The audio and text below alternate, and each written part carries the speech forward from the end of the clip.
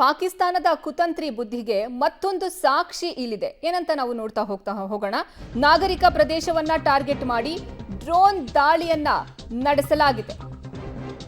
ಪಾಕ್ ಕೃತ್ಯದ ಮತ್ತೊಂದು ಸಿಸಿಟಿವಿ ದೃಶ್ಯ ರಿಲೀಸ್ ಮಾಡಲಾಗಿದೆ. ಜಮ್ಮುವಿನಲ್ಲಿ ರೆಹಾರಿ ಪ್ರದೇಶದಲ್ಲಿ ನಿನ್ನೆ ನಡೆದಿದ್ದಂತಹ ಘಟನೆ ಇದು. ಪಾಕ್ ಕೃತ್ಯದ ಮತ್ತೊಂದು ಸಿಸಿಟಿವಿ ದೃಶ್ಯ ಇದೀಗ ರಿಲೀಸ್ ಆಗಿದೆ. ಜಮ್ಮುವಿನ ರೆಹಾರಿ ಪ್ರದೇಶದಲ್ಲಿ ನಿನ್ನೆ ನಡೆದಂತಹ ಘಟನೆ ಇದು. ರೆಹಾರಿ ಜನವಸತಿ ಪ್ರದೇಶದಲ್ಲಿ ಶೆಲ್ ಬಂದು ಬಿದ್ದಿದೆ. ಈ ವೇಳೆ ಕೂದಲೆಳೆ ಅಂತರದಲ್ಲಿ ಇಬ್ಬರು ನಾಗರಿಕರು ಜಸ್ಟ್ ಮಿಸ್ ಆಗಿದ್ದಾರೆ, ಬಚಾವಾಗಿದ್ದಾರೆ.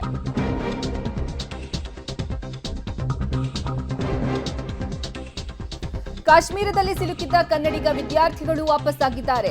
ಕಾಶ್ಮೀರದ ಕೃಷಿ ವಿವಿಯಲ್ಲಿ ವ್ಯಾಸಂಗ ಮಾಡುತ್ತಿದ್ದಂತಹ 13 ವಿದ್ಯಾರ್ಥಿಗಳು ಸುರಕ್ಷಿತವಾಗಿ ತಲುಪಿದ್ದಾರೆ.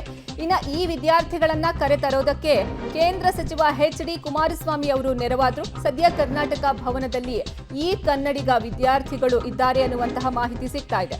ನಾಳೆ ನವದೆಹಲಿಯಿಂದ ರೈಲಿನ ಮೂಲಕ ಬೆಂಗಳೂರಿಗೆ ಈ ವಿದ್ಯಾರ್ಥಿಗಳು ಪ್ರಯಾಣವನ್ನ ಬೆಳೆಸ್ತಾರೆ. ಸದ್ಯ ಭಾರತ ಹಾಗೂ ಪಾಕ್ ನಡುವೆ ಉದ್ವಿಗ್ನ ಪರಿಸ್ಥಿತಿ ನಿರ್ಮಾಣ ಆಗಿದೆ. ಹೀಗಾಗಿ ಕಾಶ್ಮೀರದಲ್ಲಿ ಸಿಕ್ಕಾಕೊಂಡಿದ್ದಂತಹ ಕನ್ನಡಿಗ ವಿದ್ಯಾರ್ಥಿಗಳು ಇದೀಗ ವಾಪಸ್ಸಾಗಿದ್ದಾರೆ.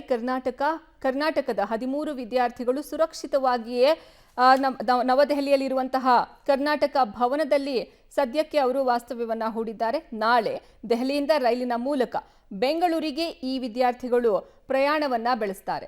ಈ ಕೃಷಿ ವಿವಿಯಲ್ಲಿ ವ್ಯಾಸಂಗ ಮಾಡ್ತಿದ್ದಂತಹ ಸ್ಟೂಡೆಂಟ್ಸ್ ಅನ್ನ ಕರೆತರೋದಕ್ಕೆ ನೆರವಾಗಿದ್ದು ಕೇಂದ್ರ ಸಚಿವ ಎಚ್.ಡಿ.